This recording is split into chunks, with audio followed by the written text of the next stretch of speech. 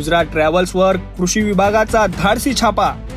ट्रॅव्हल्सच्या लगेजमध्ये 25 लाखांचे बोगस बियाणे सापडले। 2500 HTBT बियाण्याची पाकिटं अमरावतीत पकडली। अहमदाबादहून नागपूरला जात असलेली ट्रॅव्हल्स संशयाच्या भोवऱ्यात। वेलकम पॉइंट जवळ रविवारी सकाळी धडक कारवाई। ट्रॅव्हल्समधून आणखी बेकायदेशीर वाहतूक होते का? शासन मान्यता नसलेल्या बियाण्यांचा साठा उघड। प्रवासी असल्याने ट्रॅव्हल्सला पुढे सोडले, पण बोगस बियाण्यांचा साठा केला जप्त। बोगस बियाणे कोणाचे? चौकशीला सुरुवात। अहमदाबादहून अमरावती मार्गे नागपूरला जाणाऱ्या गुजरात ट्रॅव्हल्सवर कृषी विभागाच्या भरारी पथकाची मोठी कारवाई। वेलकम पॉइंट जवळ रविवारी सकाळी भरारी पथकाने अचानक छापा टाकताच ट्रॅव्हल्सच्या लगेजमध्ये आढळून आला तब्बल 25 लाख रुपयांचा बोगस बियाण्यांचा साठा। सदर ट्रॅव्हल्समध्ये प्रवासी असल्याने ती नागपूरच्या दिशेने सोडण्यात आली, पण बोगस बियाण्याचा साठा मात्र तात्काळ जप्त करण्यात आला आहे। एकूण 50 पांढऱ्या कट्ट्यांमध्ये 2500 HTBT बियाण्याची पाकिटं सापडली असून शासन मान्यता नसलेले अनधिकृत बियाणे असल्याचं स्पष्ट झालं आहे।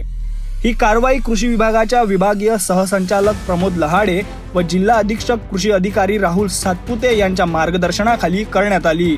राजेश जानकर, श्रीकांत नागे आणि प्रदीप वानखडे यांच्या पथकाने ही कारवाई अंमलात आणली आहे। सध्या या बोगस बियाणांचा मालक कोण, हे कुठे पोहोचवण्यात येत होते याची चौकशी सुरू आहे। ट्रॅव्हल्सच्या माध्यमातून आणखी काय बेकायदेशीर वाहतूक होत आहे का, याकडे सर्वांचे लक्ष लागले आहे। आज या ठिकाणी आम्हाला गोपनीय माहिती मिळाली होती की अहमदाबाद गुजरात येथून ट्रॅव्हल्सच्या माध्यमातून HTBT बियाणे वाहतूक होत असल्याची आम्हाला गोपनीय माहिती मिळाली होती। त्या आधारे आम्ही आज सकाळी 7 वाजल्यापासून वेलकम पॉईंट अमरावती या ठिकाणी तपासणीकरता उपस्थित राहिलो असता गुजरात ट्रॅव्हल्सच्या गाडीच्या डिकीची तपासणी केली। त्यामध्ये आम्हाला HTBT प्रतिबंधित बियाणे कापूस प्रतिबंधित बियाणे वाहतूक होत असल्याचे आढळून आले।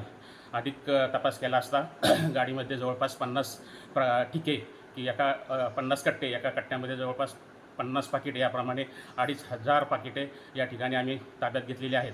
सर्व प्रतिबंधित बियाणे कायद्याअंतर्गत कापूस अधिनियम कायदा 1909 व बियाणे कायदा 1966 प्रमाणे पुढील कारवाई सुरू असून संपूर्ण 25 लाखाचा मुद्देमाल या ठिकाणी आम्ही ताब्यात घेतलेला आहे। पोलीस गुन्हा दाखल करण्याची कारवाई सुरू आहे।